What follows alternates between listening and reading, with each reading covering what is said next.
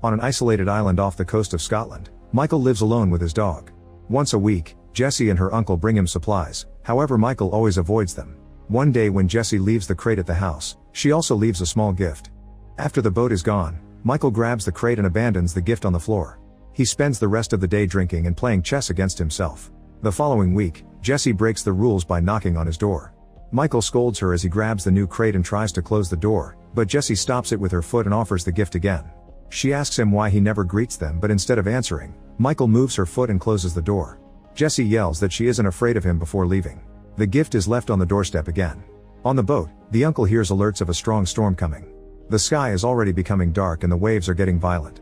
After some struggle, Jessie manages to get on her boat and starts rowing, but the waves soon take her oars and push her into the water. Her uncle wants to help her, however the waves are pushing down his boat as well.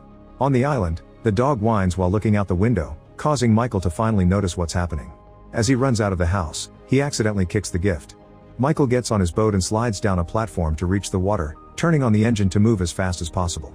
Jessie has managed to resurface, but her legs are stuck in a net so she can't swim. The waves push her underwater again and she falls unconscious. Then Michael jumps into the water and untangles the net to finally free Jessie. He wants to rescue her uncle as well, but unfortunately he drowned after the waves trapped him in his boat. Michael brings Jessie to his own boat and starts doing CPR until she's breathing again. In the evening, Jessie wakes up on Michael's bed. She asks for her uncle, so Michael has to tell her what happened, causing her to cry.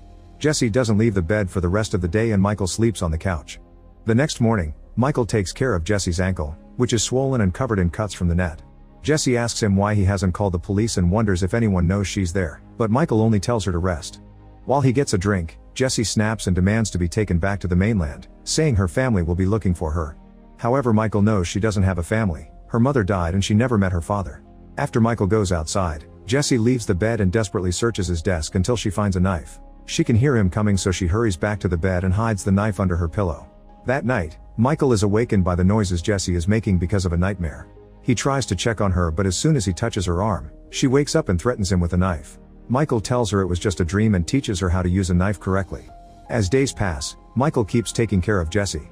He carries her to the bathroom, prepares meals, and handles her injuries. Jessie eventually can walk outside and spend some time with the dog, which Michael appreciates. One afternoon, Jessie asks him how he knows her family, so Michael reveals that he and her uncle served together in the Royal Marines. She realizes she doesn't know his name, but Michael refuses to share it. When he tells her that the dog doesn't have a name, Jessie decides to call him Jack. Then Jessie comments on Michael's chess moves, revealing she's a very good player. Michael decides to check on her ankle and notices it's infected, but he refuses to go to a hospital and promises to get what's needed. After Michael leaves on his boat, Jessie looks at his desk and discovers he's made a drawing of her and Jack. When she opens the drawer, she notices that Michael did open the gift after all. It's a snow globe with a lighthouse, like the one on the island. In London, a government committee is chewing out Manafort for illegally using his surveillance program named Thea. This program has tapped into every single phone and camera in the UK to collect and store information.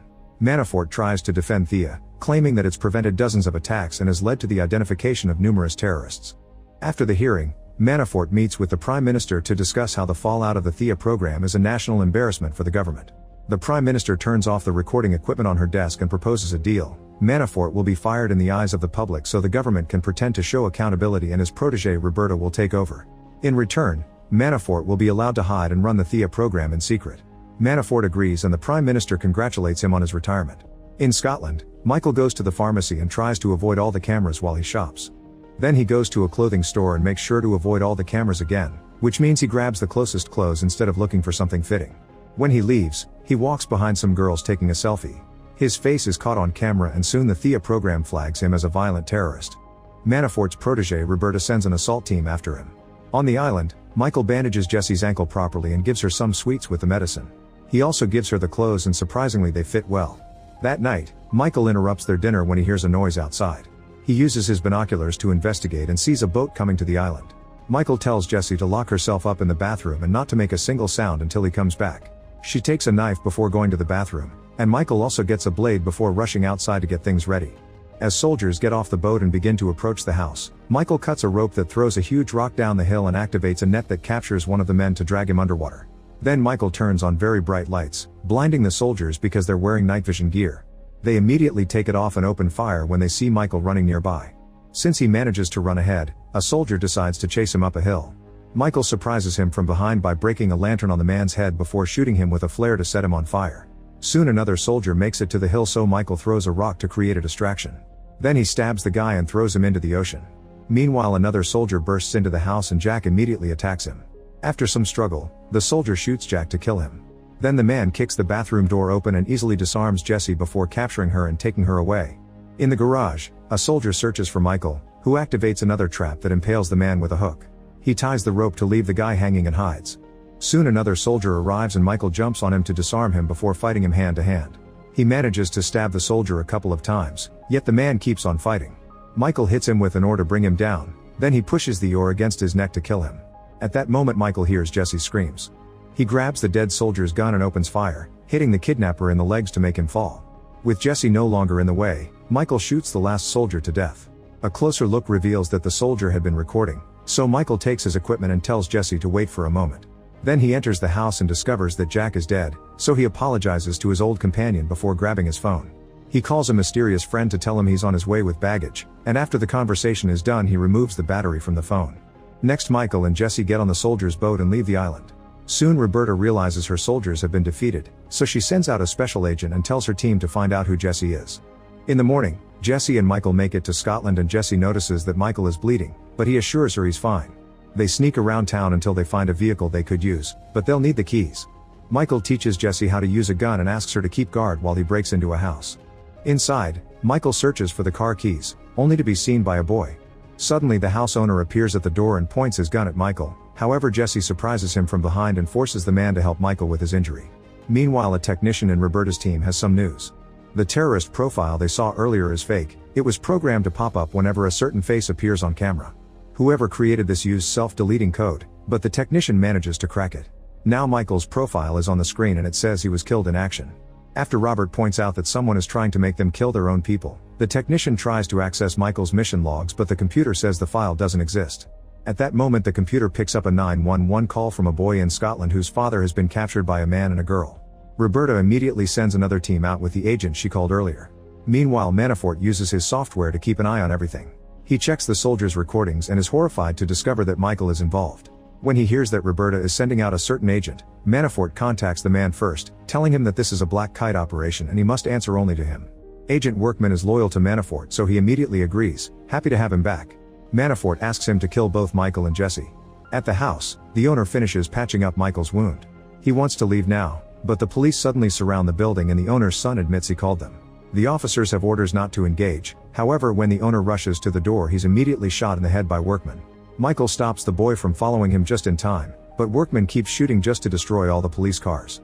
Jessie and Michael try to escape through the back door, only to bump into two cops. Michael starts fighting them at the same time and in just a few moves, he manages to knock them both out. A third cop appears when he steps outside, but Michael knocks him out with a simple punch and steals his things. Then the duo gets moving and the rest of the cops also try to stop them, however Michael defeats them all with pepper spray or a taser. The last officer doesn't even try to fight, so Michael takes his keys. The duo steals a police car and Michael accidentally hits the other vehicles on their way out, but at least they finally escape. Seeing all this on the cameras, Roberta tries to call Workman, however he's turned off his communicators. Meanwhile, Workman chases the police car and hits it with his own vehicle, but Michael manages to speed up to move ahead. Workman opens fire, which cracks the windows but doesn't hurt anyone.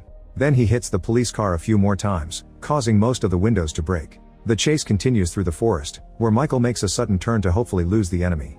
Unfortunately, Workman catches on quickly and follows them again, hitting them a few more times. When Workman opens fire again, Michael dodges the bullets and starts driving a bit more slowly. Once Workman is at the front, Michael hits his car, causing it to flip over. Michael makes sure to push it off the road before he and Jessie leave. A few miles later, they find a construction site and Michael announces they're switching cars. In the woods, Workman is still alive and starts walking down the road, which is suddenly blocked by a police car and a civilian vehicle. Workman quickly shoots down the officer before forcing the civilian to hand him the car.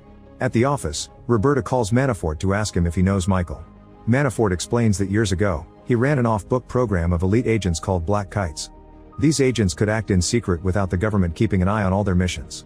Michael was one of the first agents and a true prodigy. One day he was sent to kill a foreign intelligence officer, but instead he falsified his report and disappeared. Manafort thinks Michael joined the enemy and advises Roberta to use all her power to stop him. Afterward, Roberta makes her technician hack into the Black Kite system. She discovers that Michael helped an Iranian scientist defect after he gave them all the information on their nuclear program. His orders had been to kill him, but Michael refused to ignore the deal. While Roberta keeps reading the files, Manafort keeps spying on her through the security cameras. Sometime later, Jesse asks Michael if he has a family, and he says no. He doesn't want a wife and kids because it'd complicate things. Jesse says she'd rather have a complicated situation if it meant having her mom and uncle back. She then pulls out a drawing of Jack, saying he was Michael's family. Eventually the duo reaches the next town and they keep their heads down to avoid security cameras. Unfortunately, there's a car with a dash cam that captures their faces and soon Manafort knows their location. After editing the footage to make the duo disappear, he sends the coordinates to Workman. The duo enters the local church to meet with Michael's old friend Arthur, who drives them to his house in the middle of the forest. While Jesse finds some curious medicine in the kitchen, Arthur tells Michael that he helped build Thea before he left his government position and he still has a copy of the software. When Michael disappeared, Arthur changed his picture for a random civilian, but Manafort replaced it with the terrorist profile. Michael wants Arthur to take care of Jesse while he goes out to fight, but Arthur says he can't. Jesse interrupts them to reveal that Arthur has cancer, which she knows because he's taking the same medicine her mother took before dying. Thinking Michael wants to get rid of her, Jesse apologizes for being a drag and walks away. After Arthur confirms he only has a few months left to live, Michael asks for the location of an old trafficker they knew. Arthur thinks it's a bad idea because the man is very violent, but Michael says he has no other options.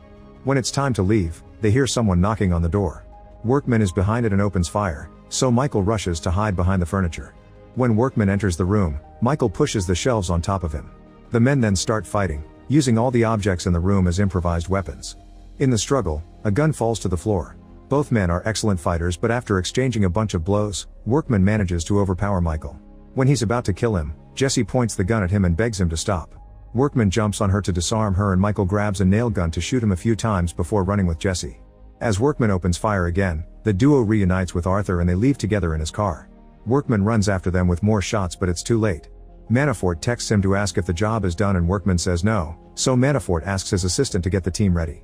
When the group reaches a town, Arthur gives Michael a phone and leaves. Michael and Jesse continue to drive alone and Jesse asks Michael to take her with him to his next island. However, Michael refuses because he wants her to have a better life. Meanwhile, Roberta learns from her technician that someone has been using Thea behind their backs, so they prepare a trap. In London, Michael lets the cameras see them on purpose. They go to a nightclub and he beats up the bouncer until he lets them pass. Manafort sees their faces on the camera and tries to get their location, but he's immediately blocked. Now Roberta knows he was the one working behind her back. In the club, Michael and Jesse meet with trafficker Kamal. When Michael asks him to provide safe passage for Jesse with a new identity, Kamal wonders why he should obey. Michael points out that all these years, Kamal has only been able to operate because he ratted his competition out to Manafort. However, Manafort is now working illegally in the shadows and will kill everyone in the way. Since Michael let the cameras capture his face, agents will be in the club soon. Kamal has no choice but to help. Moments later, Kamal has the paperwork ready. The boat will leave in 30 minutes, so they need to hurry. The duo tries to leave the club, but they discover that Manafort's team has arrived. Michael attacks one of the men and quickly defeats him to steal his gun, shooting him in the process. Thanks to the loud music, the crowd doesn't notice anything. Then Michael takes a glass from the bar and breaks it before stabbing another agent multiple times. The next enemy is quickly shot down, and this time a few people notice. Jesse and Michael try to take the bathroom corridor, but another agent finds them there and a shootout ensues. After Michael distracts the enemies, he drags Jesse back to the club, where the agents suddenly surround him and start beating him up. Jesse tries to join the fight and a man brings her down, so Michael shoots the guy to save her. The crowd finally panics and runs away. In the chaos, it's difficult for Michael to move and an agent takes the chance to kidnap Jesse. Michael calls Arthur, who gives him directions by following the kidnapper on the security cameras. As Jesse is thrown in the back of a van, Roberta's soldiers also arrive and block the street. Michael still thinks they're enemies and beats up a few of them to open the way and keep running. When he finds the van, Manafort's agents surround him, so now he has to fight them. Michael brings them down one by one before rushing to reunite with Jesse. At that moment, Workman arrives, so the duo steals a bike to escape. At the pier, Jesse cries because she doesn't want to leave without Michael. Suddenly they hear a gunshot, so Michael tosses Jesse on the boat and watches her leave safely. Afterward, Michael and Workman fire at each other until they run out of ammo. Then they start fighting hand to hand, using a piper and a chain as weapons. Workman manages to get Michael in a chokehold, but Michael brings him down and hits him several times with the chain. For his last blow, he wraps the chain around the pipe and strikes Workman in the head, finally killing him. Sometime later in his mansion, Manafort looks out the window and sees two guards dead on the ground. When he turns around, Michael has entered the room. They argue about the Black Kite project for several minutes until Michael finally shoots Manafort in the head. 3 months later in Spain, Jessie has settled into a new life. Roberta and her team are watching her, expecting Michael to show up someday. Jessie is currently reading at a cafe, but Roberta loses sight of her when someone moves the camera. The waitress brings a bag for Jessie, who finds a chess piece. Michael watches her from the street but leaves before she turns around. Make sure to subscribe and turn on notifications so you can watch more videos like this. Thanks for watching.